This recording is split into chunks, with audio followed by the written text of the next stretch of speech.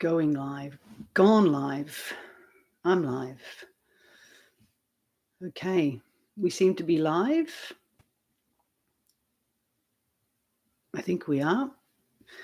And yep, we're live. That's a notice going out. So good morning, everybody out there from all around the world. And I'm assuming that you can hear me okay. Lots of familiar faces and names. There's someone from the Arakoon community in far north Queensland, the Indigenous community. Amazing. What's the reception like up there? Great. Please send my respects to the elders of the community there. Must be an amazing part of the world to be. And probably quite warm. We're getting a bit chillier down here in southern New South Wales, so hence my beanie, keeping my head warm. So, hang on. Today I'm hoping there's no issues with this computer. I did a big clean. Last time, if you were here, you notice something happened. I thought it might have been a virus or something. But I think it was also a problem with me not updating and doing things, computer IT things. So I did some research and did what I'm supposed to do, and it seems to be stable. So touch metal, plastic probably, it all goes well. So someone's hearing an echo. I'm not sure why you're hearing an echo, other than I'm in a bit of slightly echoey little room, but the mic seems to be working. So if there's any problems with the sound, let me know. But I'm pretty much doing what I'm supposed to be doing. Maybe if you come closer, microphone. It's working well. Okay. No echo, some echo. Okay. This is the way. Okay. All right. So welcome, everybody. If you're here for the first time, you're probably wondering what this Buddhist nun is doing here. And the answer is not much. Just sitting here and about to offer some guidance in meditation for 20, 30 minutes, which is what we kind of do. And then we open it up to some questions on Dharma. And of course, it's an opportunity. The questions tend to be fairly broad, but when I started this live stream, I guess the intention was to offer the Q&A as a focus for Dharma questions and things that might have arisen in relation to some of the recordings, the wisdom teachings that I'm posting. So feel free to ask those sort of questions that get triggered by some of those teachings if they don't make sense. And any other questions related to meditation practice. And we do our best to give you some tips. But, it's at the end of the day, it's going to be you who discover the truth for yourself and find the answers. What we say hopefully points you in the right direction of doing that. Okay. So, yes, you can see, you can see the trees just because we got a bit of I got a bit of condensation in my little tiny home. I live in a tiny home. We can call it a cabin, or in the forest tradition they call it a kuti. So it's like a kuti, but it's got some mod cons in it, which is quite helpful, like a toilet. And it looks out onto these lovely spotted gum trees. And once the window clears from the condensation, you might be able to see it. So the thumbnail today was taken from the yard where I'm looking, of the spotted gum trees. And you might have noticed how luminescent they were, because they were shedding their bark, which they do annually. And then the rains had come. So they developed this amazing green because it was a new trunk coming through. So I ran and got the camera while they were just kind of almost fluoro. But they don't always look like that. They just normally look like spotted gum trees. But there's a season for them where they shed, and then if the water hits them, they become this kind of luminescent green. Quite beautiful. If you didn't see the thumbnail, you can go back and have a look. So that's just behind me in a little forest of trees. All right, already. So let us begin the meditation. What I'll often do, and I'll just do this without wanting to interrupt anyone, is just turn the chat off while we're in the meditation. Just stop some distraction. All right, so please get yourself comfortable if you're able to, wherever you are, sitting. If you're sitting or needing to lie down, that's okay. But just take care to check in with your posture so that it's not going to cause you unnecessary discomfort or pain, and that it actually helps your meditation in terms of staying awake and alert. So please just do that for now and just check in with how you normally sit and whether you might be able to make little adjustments to keep your spine upright, your shoulders relaxed, your head and your neck not, up here. You'll start thinking down here. You'll start nodding. So keeping the neck in a kind of a straightish or even just slightward down if you're gazing downwards.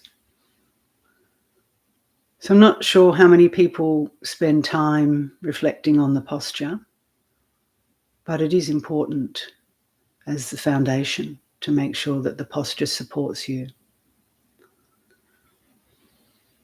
And just begin, this is often quite helpful too, I find, is just begin by taking 3 or 4 deep, slow breaths in and out. As you breathe in, just fill the lungs to capacity and fill the lower abdomen up. And just breathe out and let it come out in a relaxed way. So do that a few times.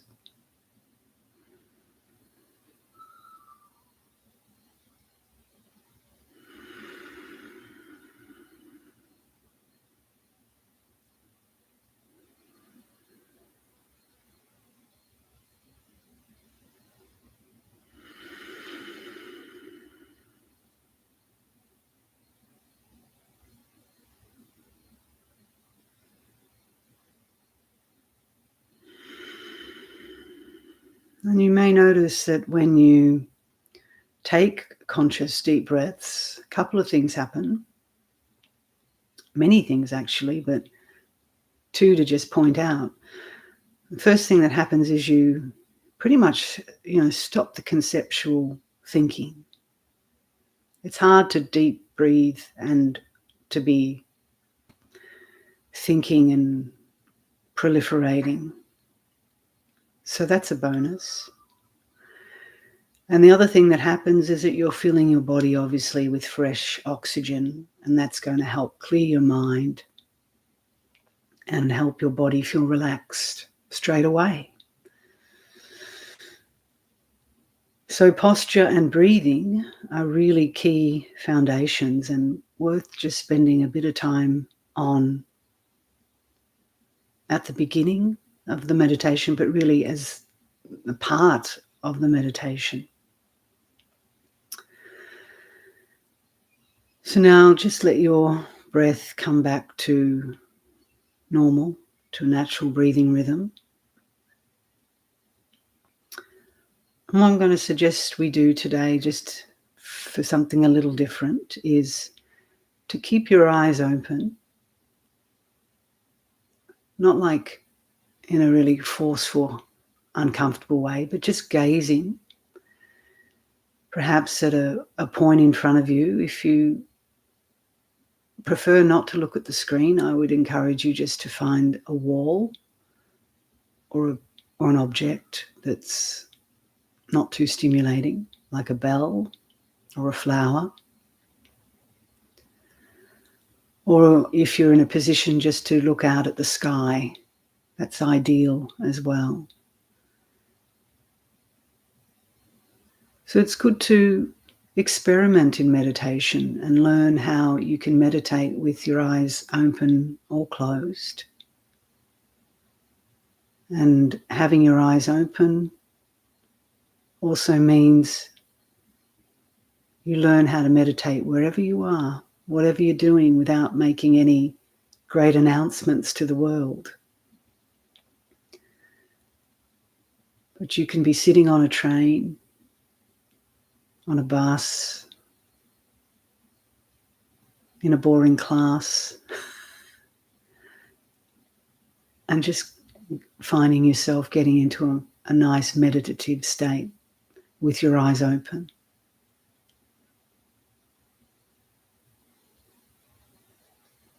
So once you find a point where you can just softly rest your eyes,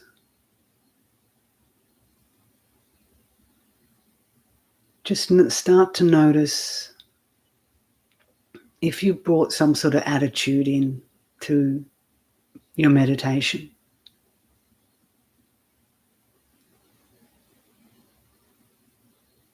So when you meditate, do you set up this expectation that I'm going to get something, I'm going to change or fix something,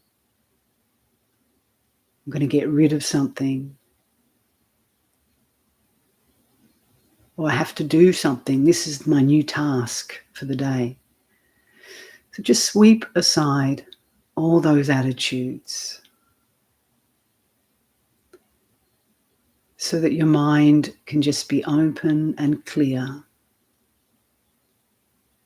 and empty like the sky.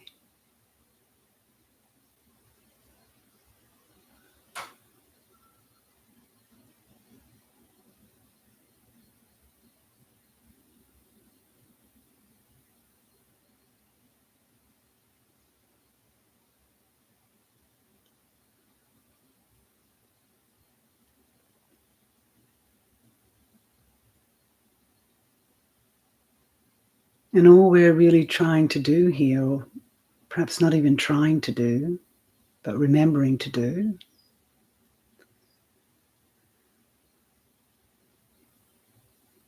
is learning how to just be in the natural state.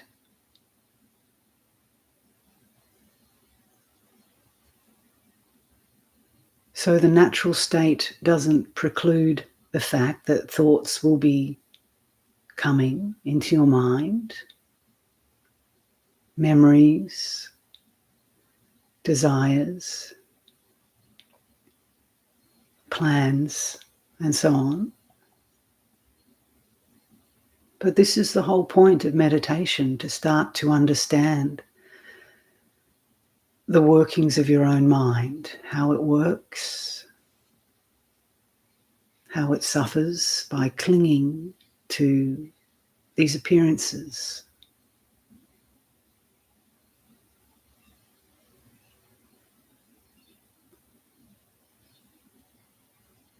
So as you take your stance in this comfortable position with your eyes gazing, simply welcome everything. Allow everything to come as it will. Your memories and thoughts, the sounds, the sense impressions in the body,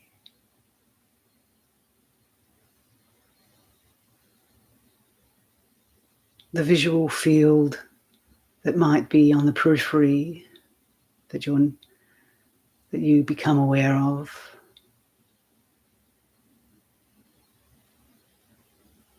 But you're simply going to let all of these things go.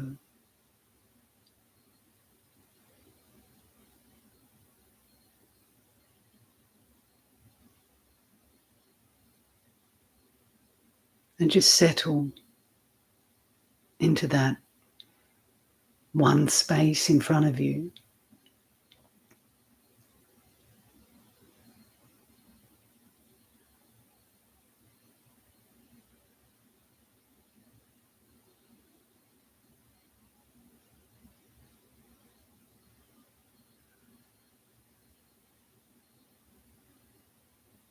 So you're not going into combat with anything that comes into consciousness.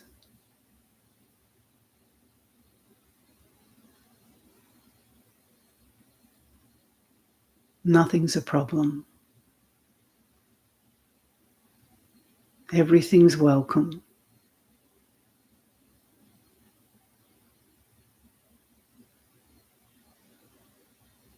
But the key point is that you're not grasping at anything.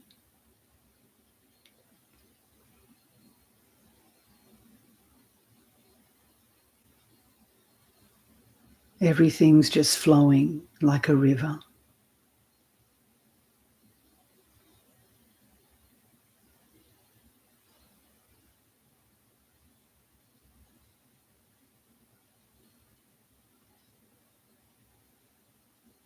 Even if your eyes are tired or a little watery, just let that be okay.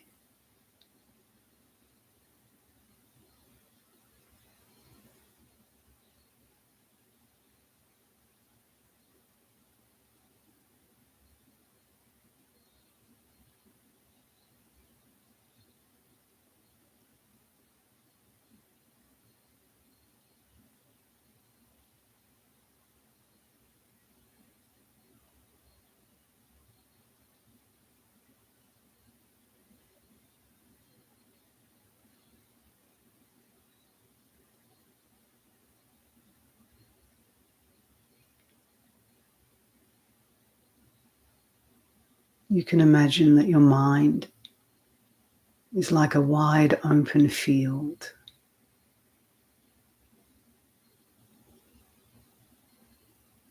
There's enough space for everything to come, maybe stay for a while and pass through.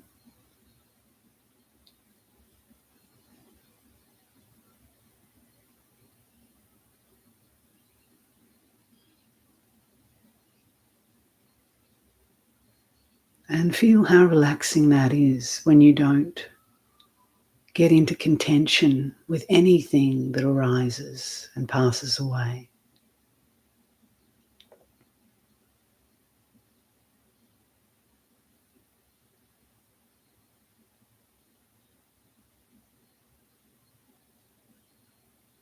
In particular, start to notice the passing away of a sound, of a smell, of a sensation, a thought,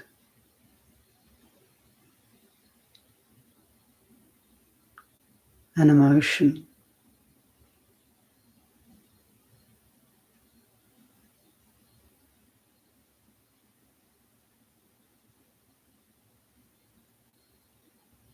See how everything naturally comes to cessation.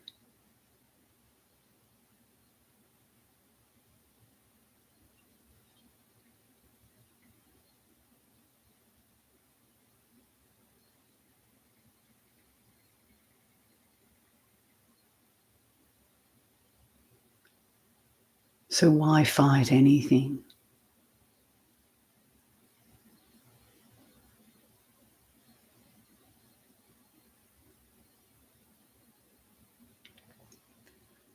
You're fighting Fighting things simply prolongs them.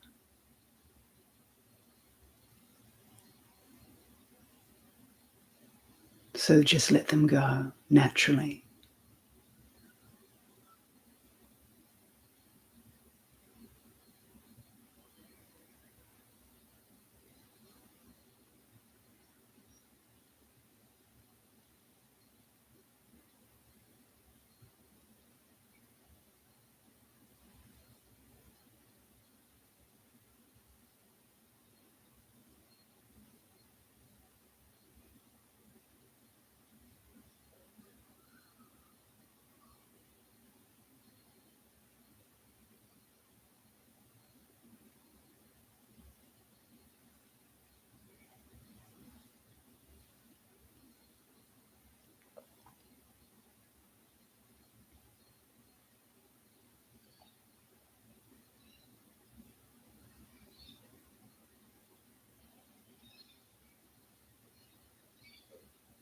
And as you start to develop a experiential understanding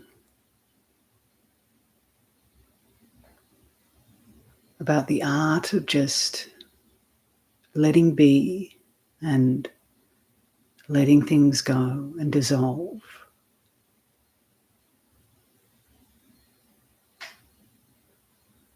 can you start to notice more the inner space in the mind?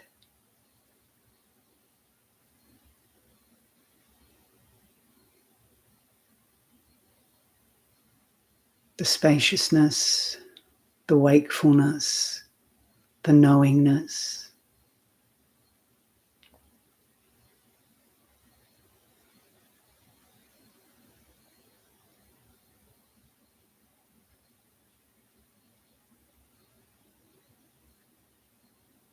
Can you catch a glimpse of that?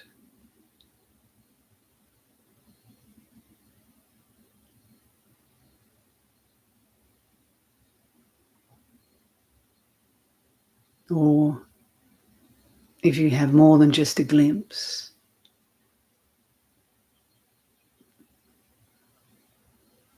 can you rest into that?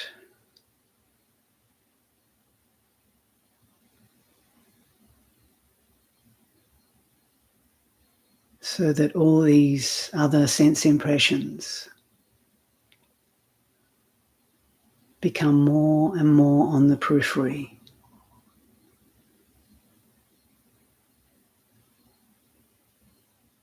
And you learn to deepen this connection with your own natural awareness.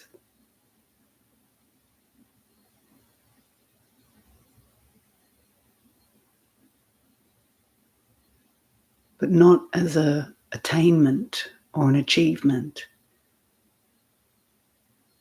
If you start setting it up like that, you're going down the wrong path.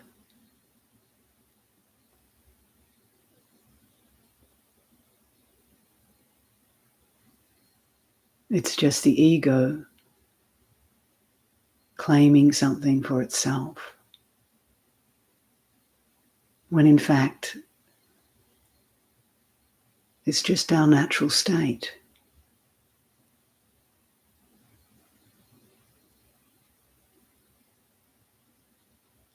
Once we clear or lift the veil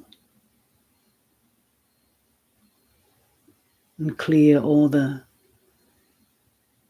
white noise from the senses,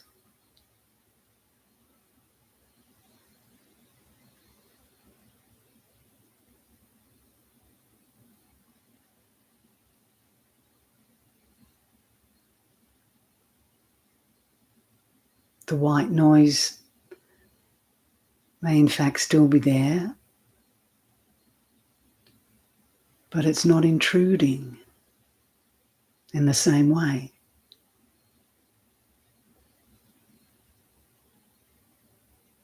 And most importantly, we're not identified with it in the same way.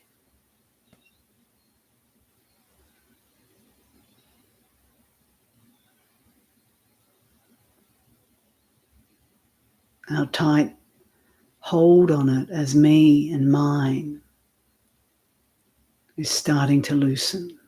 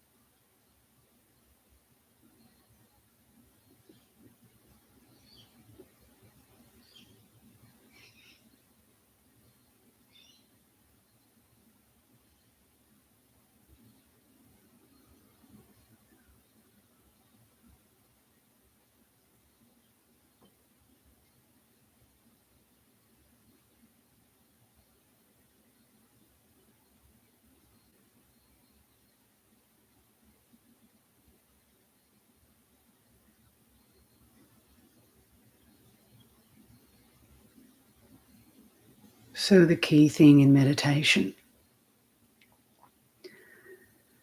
is not to force the mind, not to control the mind.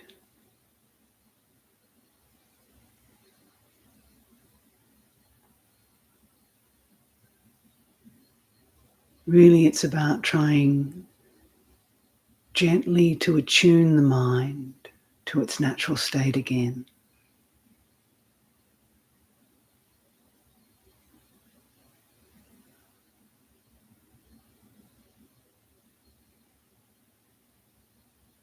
And the best way to do this is not by trying,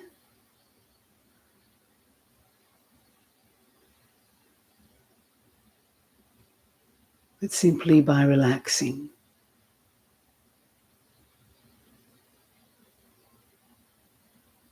And do you notice that when your mind is relaxed, concentration or samadhi comes quite naturally as well. And you're able to sustain that samadhi.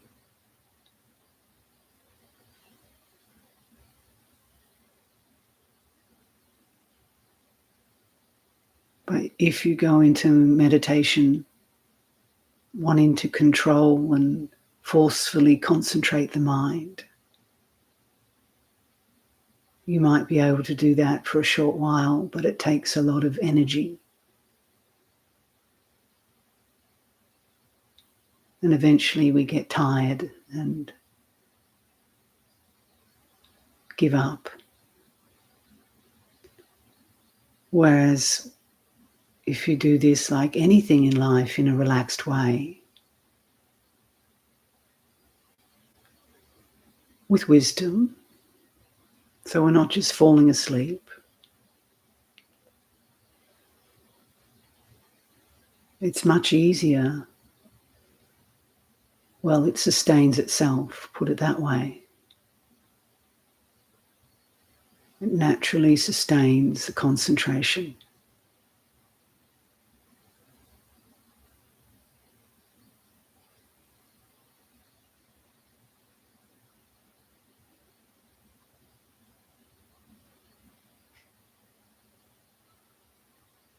And one of the reasons is because it's enjoyable, it's pleasant.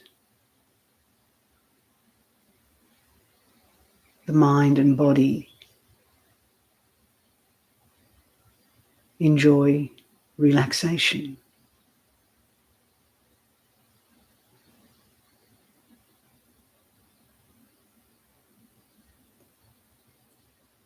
But it's not simply about relaxation and concentration.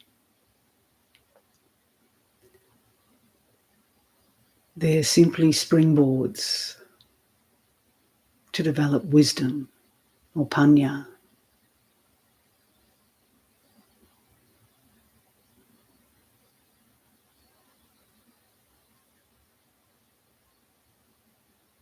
So you'll find that when the mind is relaxed, natural concentration arises, and then wisdom starts to come on its own. Insights, understandings.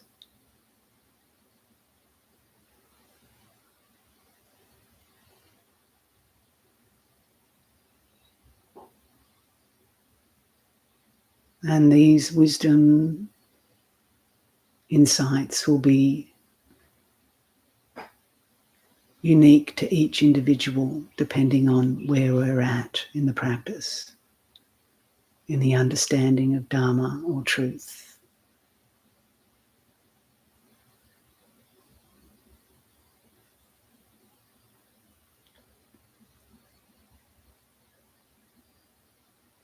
So there's no need to force wisdom to arise either. Just relax.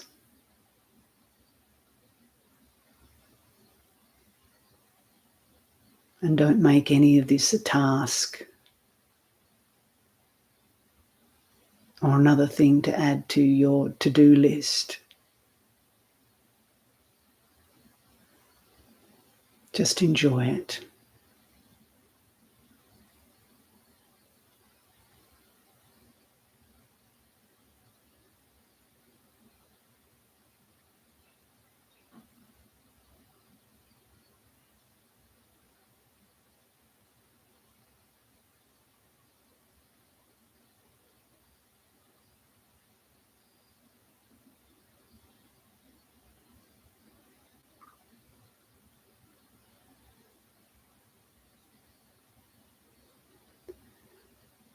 And then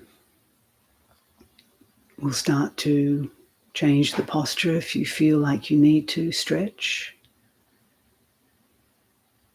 But that's the only thing that really needs to change. You can still come into communication, into relationship, sustaining the sort of continuity of mindfulness. So that's why it's helpful to try and practice with the eyes open from time to time.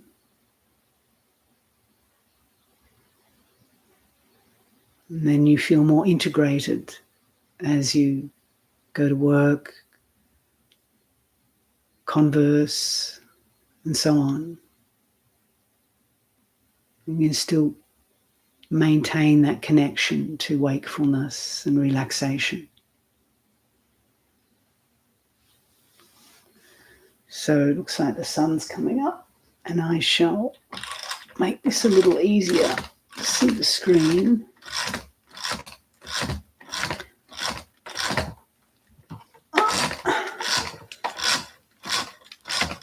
Okay. And I'll put the chat back on, so if people have questions, they're welcome to type it into the chat.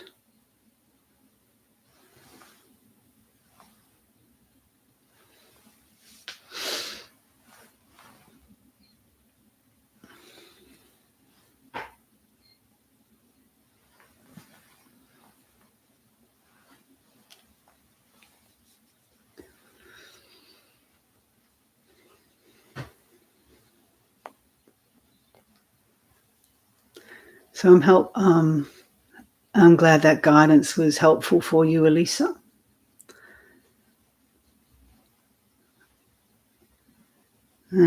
it is important that meditation doesn't become compartmentalized into a whole nother thing, because the more you practice, the more you realize that meditation is just not even part of life. I was going to say part of life. It is life. It's really our natural state. So it's not just this idea that we have in our heads that it's something that you do in a dark room, in a cave, you go on a retreat, and it's all very quite specific. But really, meditation is life. It's coming back to, because we've been so conditioned to think and act and feel according to our culture, our family. But, when you do a meditation like that with your eyes open, you gaze at the sky, you start to realize, boy, it's just such a natural state, isn't it? It's learning to recognize that the mind is already peaceful and open and spacious. It's just all this other stuff that's been bombarding us. And we don't glimpse the sky, we don't glimpse the space. So,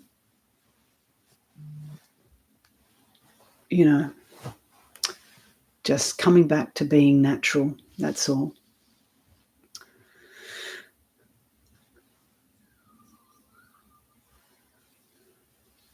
Okay, so Norma has asked, do you have any breathing practices that you like to settle your mind into meditation? Yeah, I do. And I do some breathing practices. I keep it simple. Like I try to keep most things in my life simple, because there are many different breathing practices. And then, it's another thing that you could get into, and it could become quite specialized and complicated. If that's what you want to do, that's fine. But for me, simplicity works the best. So one of the things I do is what's called the Kumbhaka breathing. That's very simple. There's one where you just breathe in deeply and hold it for 30, 45 a minute, and then breathe out. Just do that a few times. It clears a lot of stuff. And then there's another one where you can breathe in, breathe out, and hold that out for 30 seconds or more, a few times. And then there's another practice where you can regulate the breathing. So you can breathe in, say, for 10, hold it, and for 20 or something, and then just breathe out in a very conscious, relaxed way, and do that a few times. So I do that a lot prior to meditation, or sometimes just 3 deep breaths. And it helps prepare the mind, prepare the body for meditation. So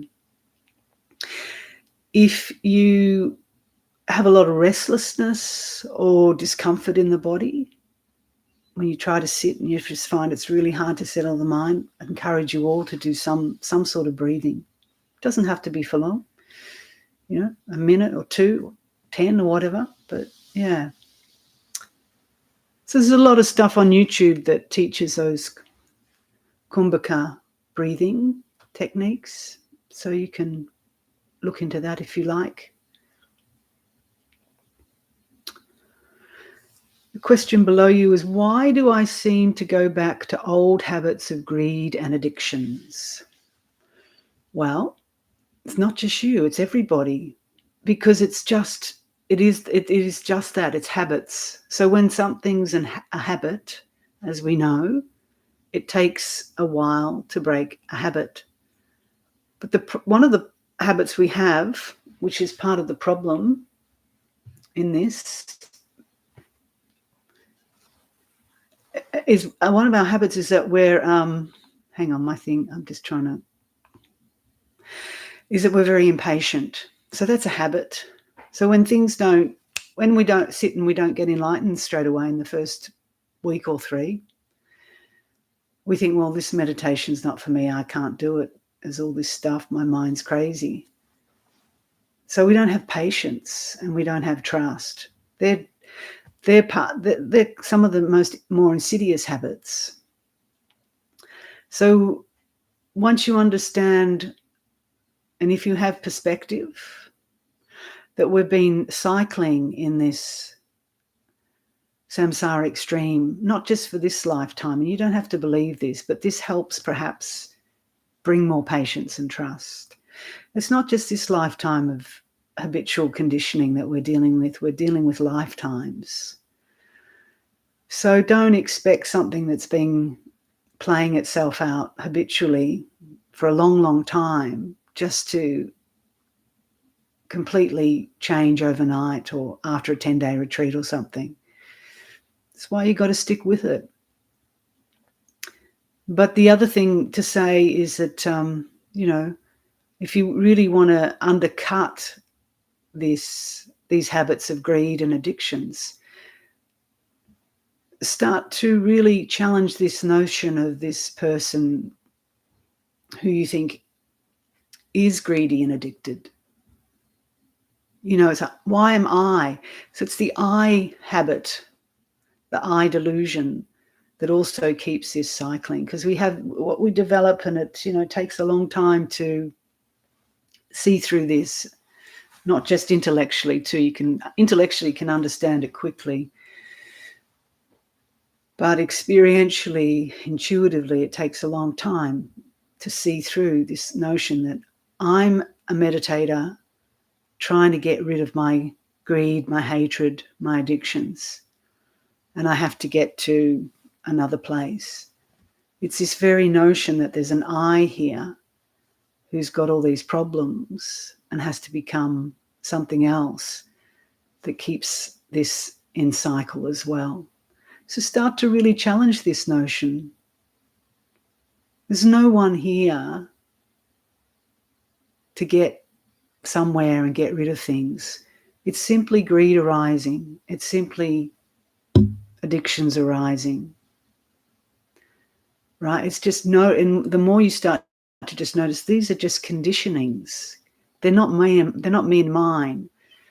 And there's no independent, autonomous entity here who has to become a perfect human being, because that's just the mind creating more concepts and delusions. And we'll always fail. If we think there's someone who has to get something and be someone, we'll always fail. But if you start to see these reactions as just reactions, greed is just greed, anger is just anger, it's so much easier. They just dissolve. They're not you, they're not yours. And at one level, you don't have to analyze them to the cows come home either, because that just, you never get to the bottom of it. So just start to see them as conditions, causes and conditions, and let them go. But don't start to create another imaginary I who's going to get perfect. And I'm going to become enlightened when I get rid of all my greed and addictions. Who's this I that we keep creating? Whether it's the greedy I or the perfect spiritual I, it's all this nonsense of creating an I. So let the good version of you go as well. It doesn't mean your good actions stop, but you're not attached to them as your actions. Okay? Because if you start to become a perfect spiritual person, you're in just as much strife as someone who's acting greedily in the world.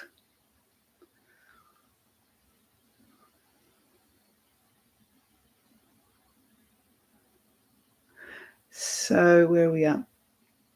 Kylie has asked, where are the 4 right efforts placed within the expansiveness of the meditation? Where are they placed? Well, it's not meant to be as complicated as that. I'm not even thinking about what sort of effort. It's just once the mind is expansive, then effort happens naturally and flows naturally. This is just another conceptual framework. So see if you can just explore the expansiveness of the meditation, noticing how, if you're too tight, you need to just loosen up. If you're too loose and falling asleep, just wake up to that. Just getting the balance. So Amanda's asked, I think of the term concentration as making effort to stay with something, but in meditation, what is concentration? Yeah, and this is probably relates to the question of right effort. And again, this comes back to our conditioning, doesn't it, Amanda? We're being conditioned, and the word itself, concentration, it conjures up, you must concentrate. We're told at school, concentrate, and then we tighten up straight away. And if there's any sounds, oh, that's disturbing me. If there's anything uncomfortable, I can't concentrate. There's too much noise. It's too hot. It's too cold. It's too busy. Concentration's all about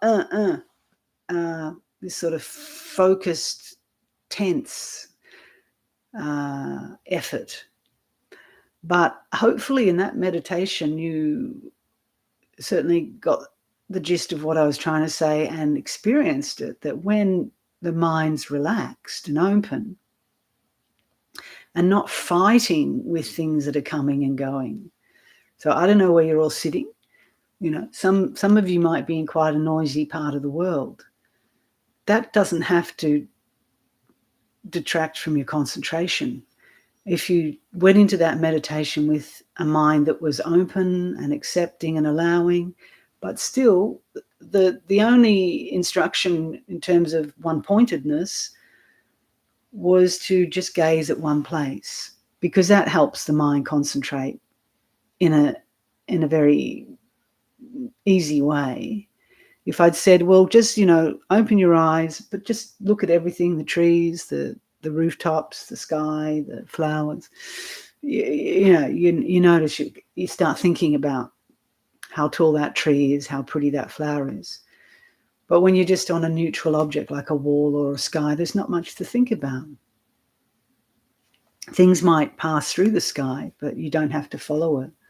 So you do have one point to rest the mind. But then if you are not forcing it to stay there, just naturally enjoying staying there, and then not fighting with anything that's on the periphery, like the memories and so on, then the effort's so it's just letting it go. It becomes effortless. And that's what meditation should become. They talk about it as non-meditation, mainly because you're not doing anything that's not natural. And effortless meditation or effortless non-meditation is the highest. So, we may not be at the non-meditation state where every moment we're in a meditative, non-meditative state, but there's just the right amount of effort to stay put on the wall, on the sky, and there's just the right amount of effort to notice and let go. But really, if you're doing it well, if you're doing it properly with right view, because this is probably the key thing is right view. Start off with right view. Then it becomes effortless, because your view is like, if I pick this up, I know that I'm going to run with it and I'm going to get myself tied up in knots about some thought, some feeling, some sound. So the view is understanding the Four Noble Truths, what causes suffering and what gives rise to it and perpetuates it, right? So if you've got right view in meditation, you know not to follow that, right? And if you've got right view, you know not to fight it, because anything that creates tension in meditation just gives rise to suffering and stress. So, these are all just words, and sometimes, you'll hear teachers saying you've got to make an effort. And it's true, but it has to be right effort. And then as you make an effort, you start to really go deeper and this effort is actually, the right effort is actually ultimately effortless effort. So anyway, that's a lot of saying things, but ultimately you've got to see and play around with this for yourself in meditation to see what helps you to just naturally relax, staying with an object, but not in a forceful way. And then you notice my mind's really concentrated because it's become relaxed and open, and I'm able just to stay present. And you weren't even forcing the mind to go in, out, in, out, in, out. I mean, you can do those things for a while. They can be helpful sometimes, particularly if your mind is really crazy, sometimes discounting. But if you're always forcing the mind on an object, you just burn yourself out, like anything you do in life, isn't it? So these are just some pointers, and see what works for you.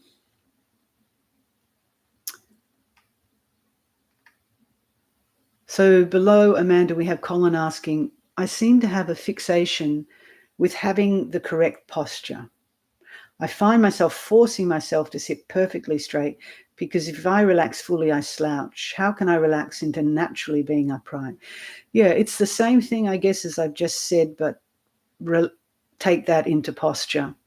So if you're always trying to have this perfectly straight back, it's exhausting.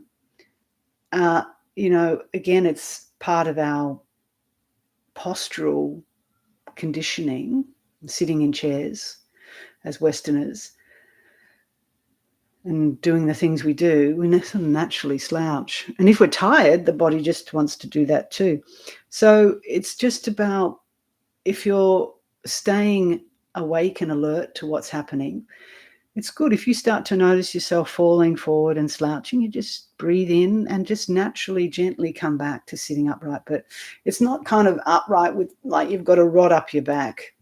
It's lifting the spine out of sinking into the coccyx, into the lower back, and just keeping the shoulders back. But it's not those, what are those schools called when they train women to sort of walk upright all the time? It's just naturally upright. And everyone's got such a different body too, So if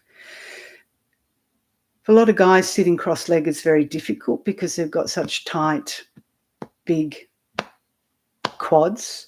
So some men find it's better to sit on a stool.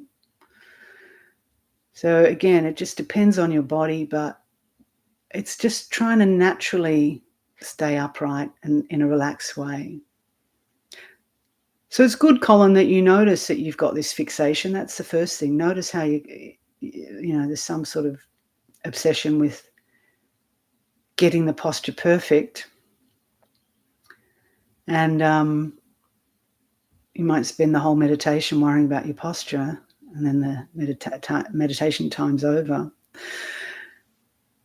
The other thing I perhaps suggest, if it's a real issue and you're having a hard time just to be naturally upright, is look into doing yoga or qigong, because they start to correct posture and also teach the body how to just be open and relaxed.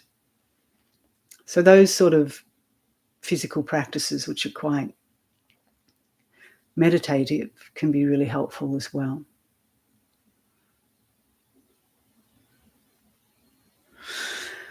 So Hermit Mouse has asked, why does it seem like awareness comes from outside the mind?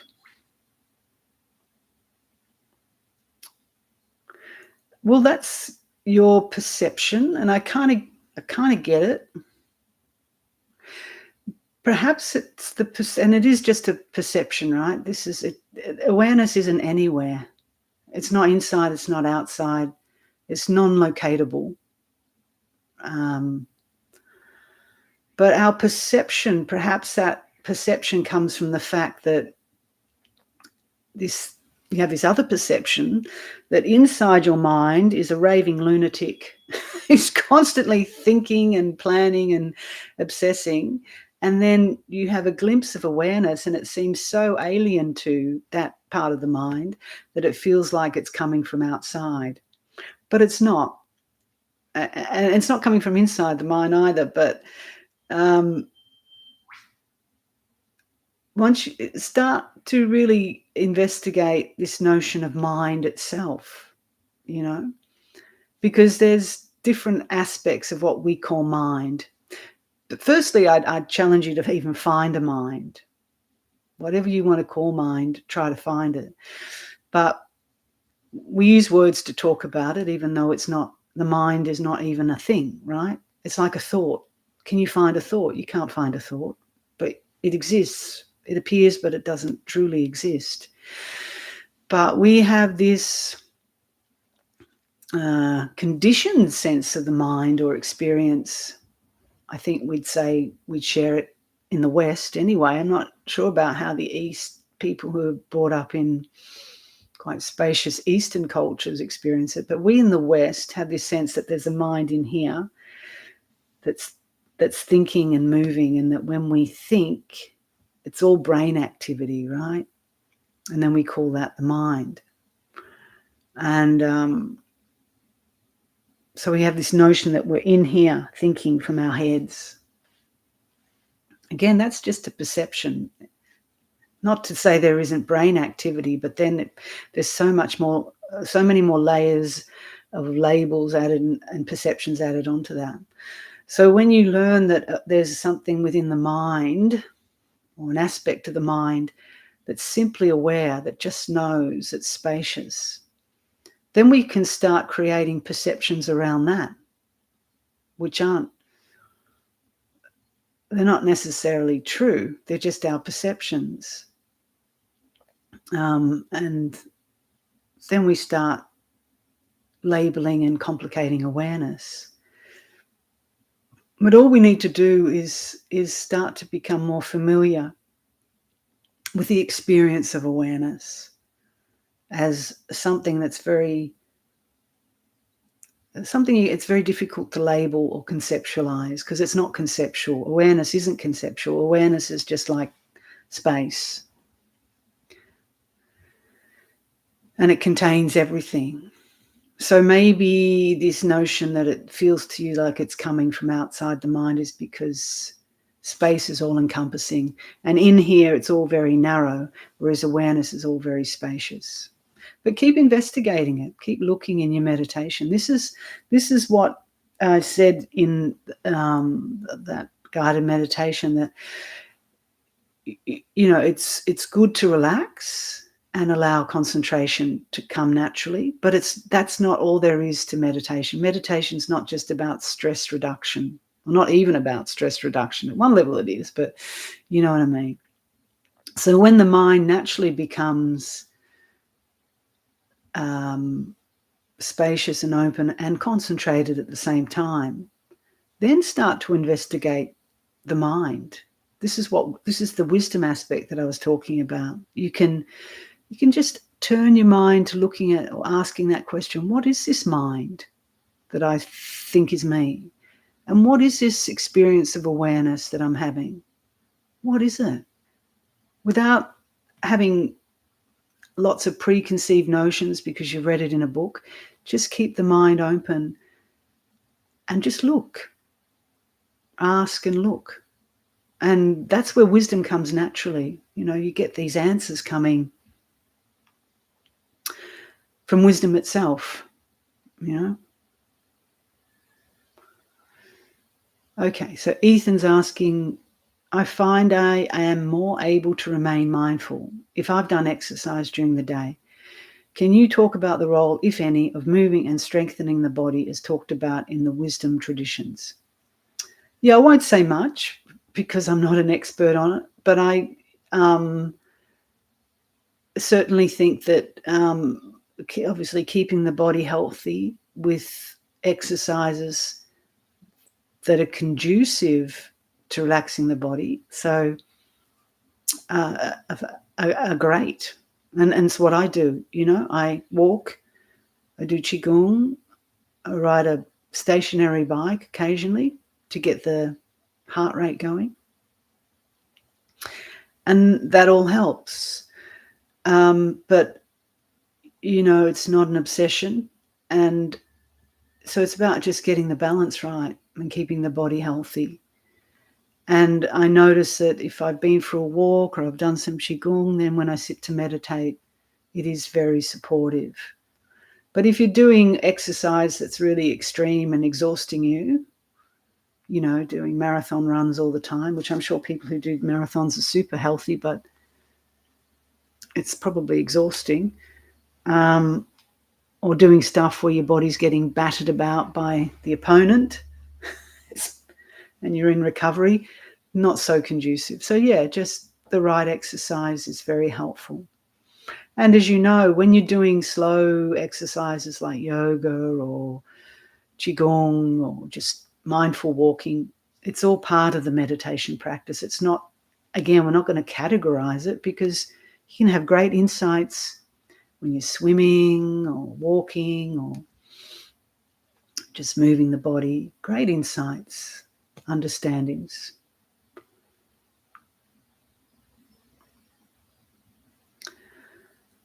So Michael was asked, how important is healing or integrating trauma after experiences of self-realization? Meaning, is it important to seeing the ego and this realm as important as our more expanded self? Let me just reflect on that second part. Is it more important to seeing the ego and this realm as important? I think you're saying, is it just as important to see the ego and this material realm as it is important as our more expanded self? Yeah, and you don't need to divide things up. It's not about, there's what are you calling it? An ego realm and an expanded self. Everything's part of the experience. So in terms of trauma and healing, yeah, people might have experiences of widely expansive sense of self, or seeing the non-separation of everything, or having the ego sense dissolve for a short time or a longer time, and then coming back and realizing, they're also experiencing old traumas still and needing to heal from whatever. So that's all part of it. I wouldn't say one is more important than the other, but the expanded sense of self, or having those insights into the true nature of reality, can help the trauma heal a lot faster and allow us to let go of the ego a lot faster, because we have a deeper understanding.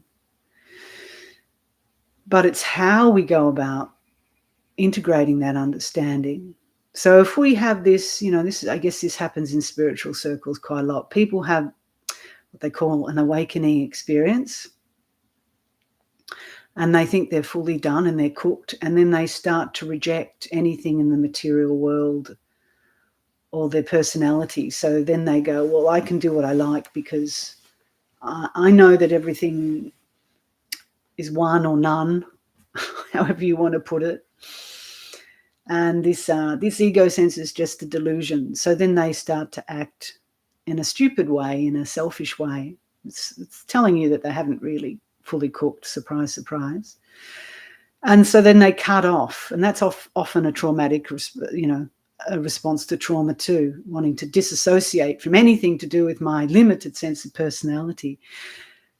So that's a pitfall, potential pitfall. So all this, but that's also a lesson too. They have to go through that to realize they've been cutting a part of themselves off because they're just rejecting. It's just the same pattern of claiming a new identity and rejecting an old. This push pull with everything in life, So seeing that that's what the mind's always doing, push, pull, or claiming a new me, an enlightened me. So can we just, allow everything to be? You've had an experience of, call it self-realization. Great. Keep working with it. Doesn't mean that the next few weeks you're going to be in a really dark space. Probably will give rise to that, allow that to come up. That's all part of the journey and part of shedding that as well. But when I say shedding, I don't mean rejecting. It's more just knowing it will shed naturally, like in that meditation. You notice things arise and they naturally come to cessation. And just coming back to that space within you that's not claiming anything and it's not dividing anything, that this is self-realization, that's ego identification, this is good, that's bad, this is spiritual, that's non-spiritual. Awareness just accepts everything. And it doesn't label anything. It just allows things to come and go. It's our conceptual mind that's always trying to put something in a box, whether it be the ego in a box or the newfound spiritual self in a box, putting words and labels on everything. And, it doesn't help when there's a whole marketing, what do you call it? A whole marketing industry out there of spirituality. So people start reading and they've got all new concepts about spirituality. Someone wants to sell you a new book about how enlightened they are and how to get enlightened and all the stages of enlightenment and rather. It's very confusing, And, it just potentially gets people more and more caught up in ego too. But if you just really start to relax into awareness, you notice that awareness is just allowing all this to come and go. And awareness isn't anywhere else but here within our own experience. And so we can let go of thinking that we're going to become enlightened or more spiritual or more perfect, or that we're hopeless, traumatic cases. We let go of it all. And I hope some of that helped. There's a lot of questions today. Henry saying, I understand the concept that the self is an illusion, but I'm a visual artist, a painter, and I need a self in order to create, to be recognized, to earn money. How should I resolve this dilemma? Well, there's no dilemma to resolve if you understand that, you said you understand that the self is an illusion. But what do you mean by that? Is it just something intellectually that you've picked up? You read it somewhere, someone said there's no self, which is not right anyway. The Buddha never said there was no self. He said things are of the nature of non-self. They're not a self. But we have a self in the sense of a personality construction, a body that we're kind of inhabiting, limited to, a history, and a range of different skills and talents that we've developed in this life and brought from past lives. And we have to earn money. But if we let go of this kind of very narrow view of this self and all the limitations around that, it's always clinging and worrying, then this so-called self can just be in the world in a much more relaxed way, and even let go of this need to be recognized all the time too. Because this, if you want to be recognized and famous, that's fine, and you want to become really rich, that's fine. But you've got to learn what comes with all that territory. So people who are really ambitious and striving and greedy for money, I'm not saying you are, Henry, but, or even if we're not necessarily that way, we feel that we should be that way because our society says we need to be successful and rich. So we take on that whole social conditioning that says everyone's got to be successful or productive. So start to really question all these social conditionings, cultural conditionings. Why do you need to be recognised? You're saying you need to be recognised. Do you? How much money do you need to earn?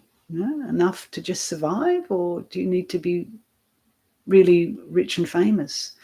So I'd start to question some of these assumptions. But if you love to paint, then and that's what you love to do, then it's a bit like meditation. You do it naturally. It comes naturally. It brings you joy. And if recognition comes, it comes. So many famous artists never got recognition in their lifetime until they died. But they weren't doing it to make money in those days. There probably wasn't any money in those days. They might have had a few patrons.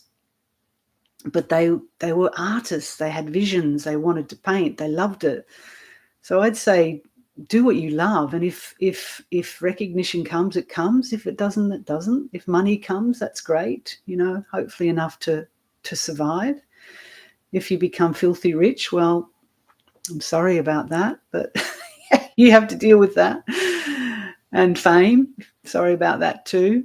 You'd have to deal with that. So this notion that fame and lots of money is a good thing is one of the great delusions of our age, particularly in the West. But if you love to paint and share it with people. It's a joy, it's a gift. And it's, ultimately it's not you painting. So if you can get to that point where there's no painter anymore, there's just the love of paint and creativity, then that's the highest place. And it's much better for you than being recognized as someone great or being rich. It's a much better space to be in when the painter disappears.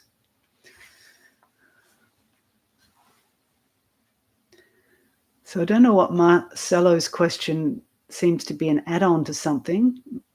Oh, I see. You're saying make more Hindu books, Upanishads. Oh, yes, sir.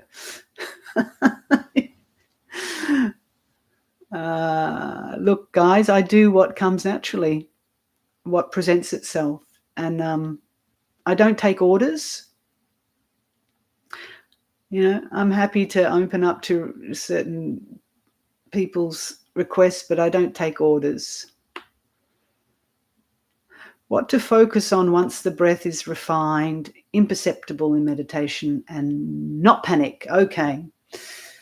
So when the mind gets very relaxed and calm and concentrated, you notice sometimes the breath seems to disappear altogether, becomes very imperceptible.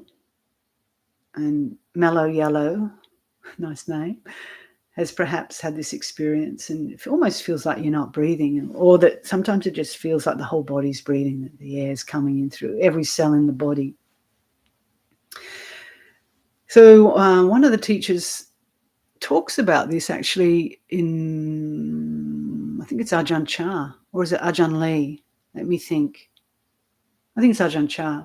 So when the mind gets to that state of very calm, very focused, then you can just notice that as the object itself, the fact that everything's very quiet and calm, imperceptible. The breath is very imperceptible. Just take that as your meditation object, the calmness itself. And when you focus more and more on the calm, on the depth of stillness, that deepens even more. But then don't get attached to that calm, what you've got to do. But sometimes what will happen naturally is the mind will kind of move out of that space and then start investigating, right? But if there's, for you, you're saying there might have been experiences where that happens and then you notice panic arises. Oh my God, I'm not breathing, I'm not here anymore, and panic arises. Just notice the panic. Okay, there's still that within you that wants to know what's going on, wants to be in control in meditation. That's good. You got so deep that you start to notice that kind of layer of fear. So you just see, fear is arising. And you don't have to analyze it. Okay, this is fear. How does it feel? Just breathe into it. If you get to that state and fear doesn't arise, but you just find yourself getting very intoxicated by the calm and the peace, notice that tendency to want to hold on and cling to it. And then you can just turn the mind to some Dharma question or investigation, and that will often just come naturally. Is this arising? Look at impermanence. Notice how everything is still arising. Even the calm comes and goes. It's not a fixed state. Or just look at that center of the eye that's still there, that's saying, this is my experience. Look at that. This is my experience of calm, deep calm.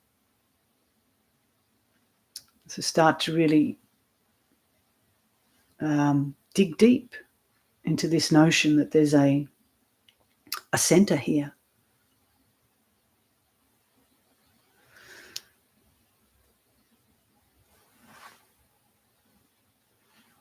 So Lynn says, how about the subconscious mind in Buddhism? Once I was in meditation and a traumatic event from childhood arose. Would this be coming from the subconscious?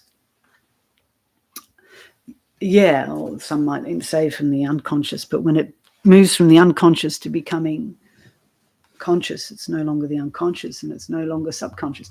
I mean, these are all Western terms, Freudian terms. You can call it the subconscious, or you can just say, yeah, it's just a layer of stuff that was buried. Out of necessity for the child to cope. It was a coping mechanism. And now what happens when we start to meditate, as you know, as most people notice, you're not adding new layers of busyness and proliferation. You're creating space. So these things come up. And if you can understand that it's actually a good thing, because you're clearing out, you're no longer burying stuff or having to push stuff down. And as long as you've got some wisdom and some stability and right view, then you can just see this, okay, this is coming, it feels like this. You don't have to go back to all the details of the traumatic event and start analyzing them. I mean, if you're doing that in therapy, that's fine. I'm not criticizing psychotherapy or psychoanalysis. But from a meditation point of view, it's not about continuing the storyline about the trauma. It's just trying to get more to the simplicity of, okay, what's coming up? You might have a panic attack, or trouble breathing, and the memory surfaces. And the encouragement is always just to let that come and go, to breathe with it, if you can, to feel what it feels like in the body.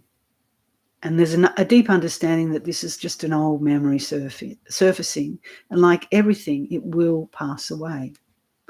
And the more you can just, if you have the capacity, I'm not saying force yourself. If meditation gets too traumatic, it brings up too many painful memories for people, it's not the right time, huh? You do work with a therapist. But if you do have the capacity to be with it, then it's just something that you can clear out, that clears out by itself if you hold it and allow it to pass. Okay.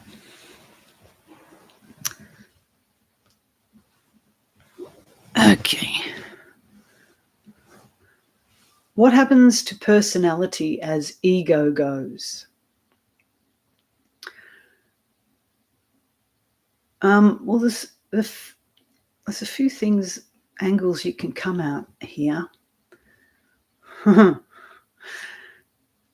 Without having you there, Sherelle, to ask what you mean by personality, I'll talk about it from one angle. If you're equating personality with the ego, let's just say that when the personality is seen through as just a construct, it's not that it goes anywhere or even the ego goes anywhere. It's just realizing that the ego and a personality is simply a construct, an idea. It's not a thing, is it? It's not something you can say, this is my personality. Personality is kind of causes and conditions, changes all the time. No one has a fixed personality. We have tendencies. We have ego tendencies. We have personality traits, but they change, but also there's a continuity perhaps to someone's personality. Some people, I guess, can go through a radical personality change due to certain events, but generally speaking, there's a continuity of someone's personality. And personality, or as they said in the 70s, ego is not necessarily a dirty word, right? That was Skyhooks for those Australians out there. There's a song called Ego is Not a Dirty Word. Because we tend to think, I've got to get rid of my terrible ego or my terrible personality. But, there's aspects to an ego or a personality that are quite pleasant. People have funny personalities or quirky personalities, sunny personalities. Yeah, well, what's the problem? It's not a problem. Even grumpy personalities, we can live with them, as long as you see that they're not anything fixed and solid. They're just things that are changing. But what I suppose goes in or gets uncovered, revealed in meditation practice is the very notion that this ego or personality is not really a thing. Okay, it's just all in our imagination. When we think of it as me and mine, right? Because when we die, this personality, it's the end of it. There's no way around that. Now, some people might go, my beautiful personality is going to go. It was never there in the first place. It was just, a continuum of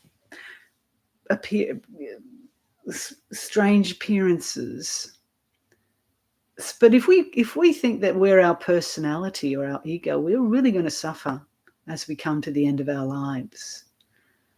Rather than, it was never me in the first place. It was just an appearance. Okay, so when this starts to go as we practice personality, what goes is our tight grasping, our tight fixation onto the personality or ego as me. And we become, I suppose, what you'd call transpersonal, meaning we transcend the personality as a view, as a me and a mine. And we start to realize that our true nature is well beyond and above the ego. It doesn't exclude it. It's part of it.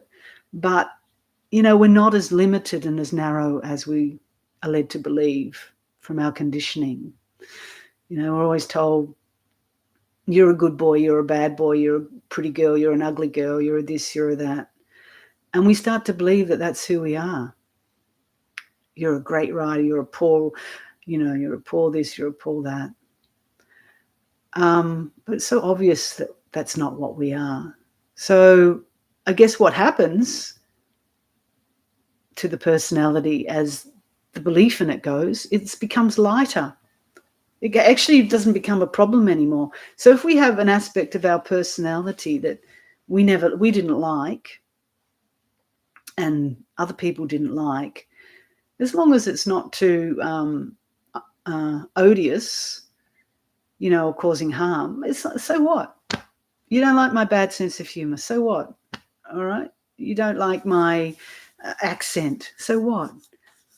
You don't like the way I, whatever. It's all very surface stuff. So then we can just move through life realizing we're not the personality, we're not the ego. Can't get rid of it, because you've been conditioned, but, you can just be lighter with it. And you can also develop better trays too. There's no problem. If you've been a greedy person, then, as you practice, you're, well, I don't always have to be a greedy person. I can start to practice generosity and so on. So that's what happened. It doesn't go anywhere. It gets seen through. We get see through the delusion. Right, take a few more questions. It's 8:30 already, so I'm not sure if I'm going to get to the end today, but we'll see how we go. Is the I am feeling just another object, or does it lead to the self, which is beyond any of the sense doors?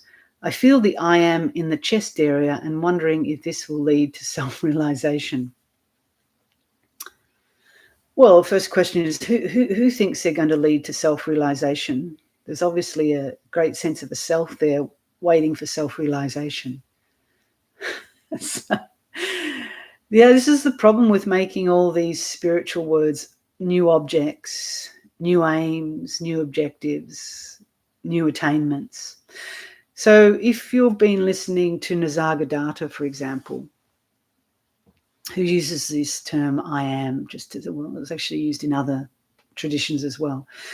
But the I am is really, let's just put it simply, is really coming into that sense of just being without I am this, and going back to that personality, I'm this or I'm that.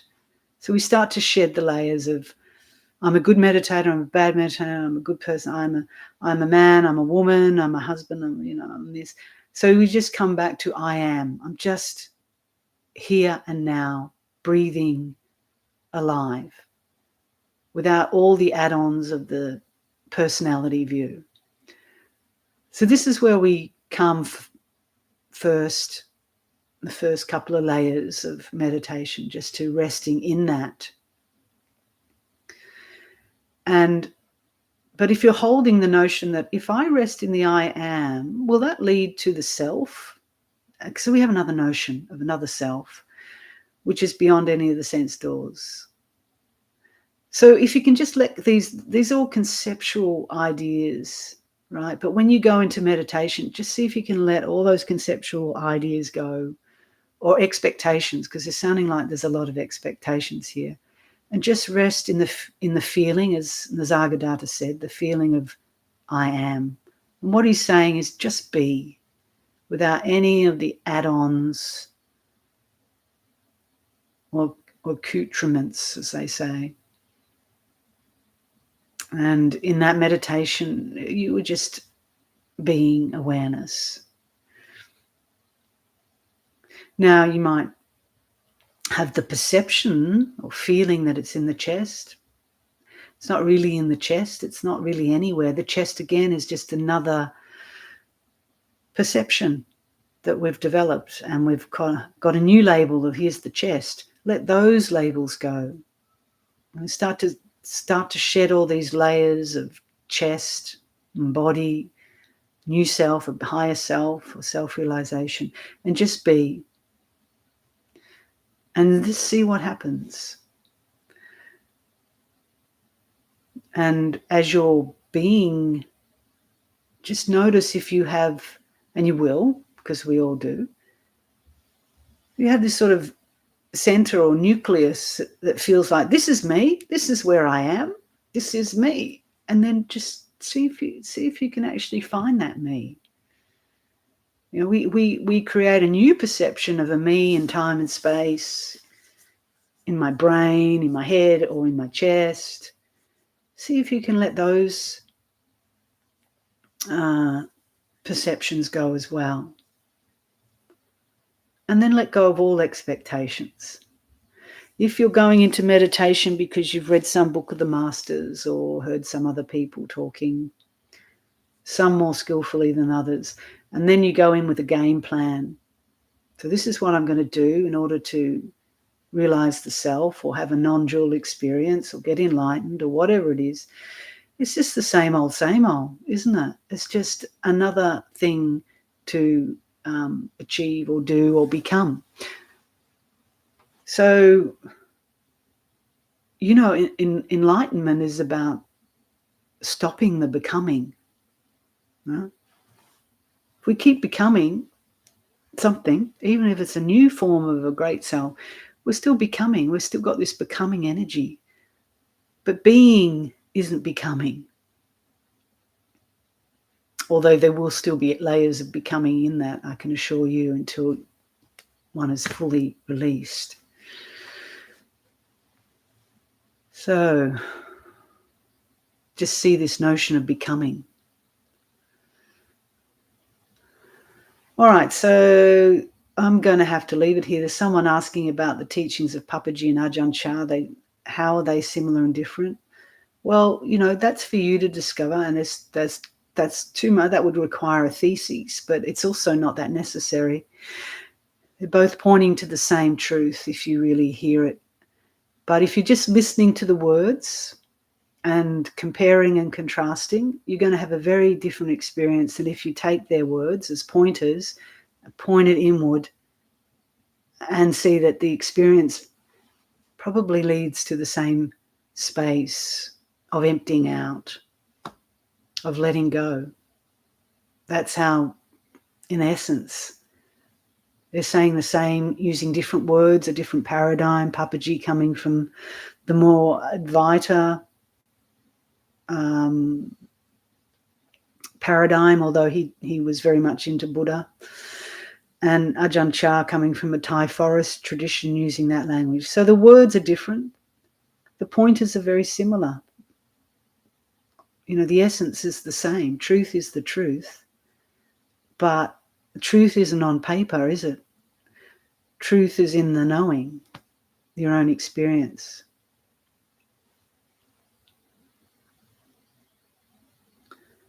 And Mellow Yellow has just offered something that perhaps was for the person who asked about posture, which is a good point, actually. He says, if I can get this mouse to work, I find that when the deeper I go into meditation, that the body auto-corrects itself. Yeah, I think that's a good point. It does, actually.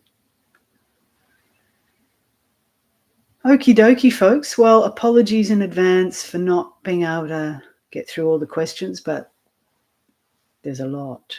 And I have to leave it here for now and wish you all the best and encourage you to just keep practicing, keep listening to the precious teachings that the masters have left us. And whatever you resonate with, just stay with that and notice. You might have heard a teaching once and then you go back a few weeks later and you hear it differently. It goes deeper.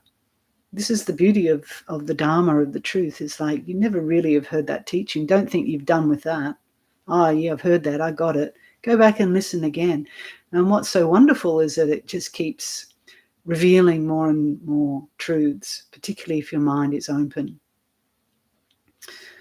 So the sun is coming out here. It's turning into a beautiful day after a chilly morning, and I wish you all the best. And, maybe we just end the session by radiating kindness all over the world. When you go into that spacious awareness, you notice that it has this sort of subtle characteristics of kindness and compassion, of ease, of letting go, of non-clinging. And if you can attune to that, which is not anywhere else but here, I'm pointing to the heart, but you know, it's not really just there, it's everywhere and nowhere, then just let that permeate your whole being. And if you're suffering, wish yourself well. If you're struggling, let that sense of okayness at all times penetrate your being, and then spread that. Allow it to spread. You can sort of use your imagination in these sort of exercises to just spread that feeling throughout your community, throughout your family, throughout the world. And wishing that all beings be well and find inner peace, and that kindness and compassion, patience, gentleness can come more into the world and to help people wake up to their true nature. Okay, so wishing you all well, wishing you all blessings, and in 3 weeks' time, Jitindra will be with you again. So take care, everybody, and go in peace. Bye.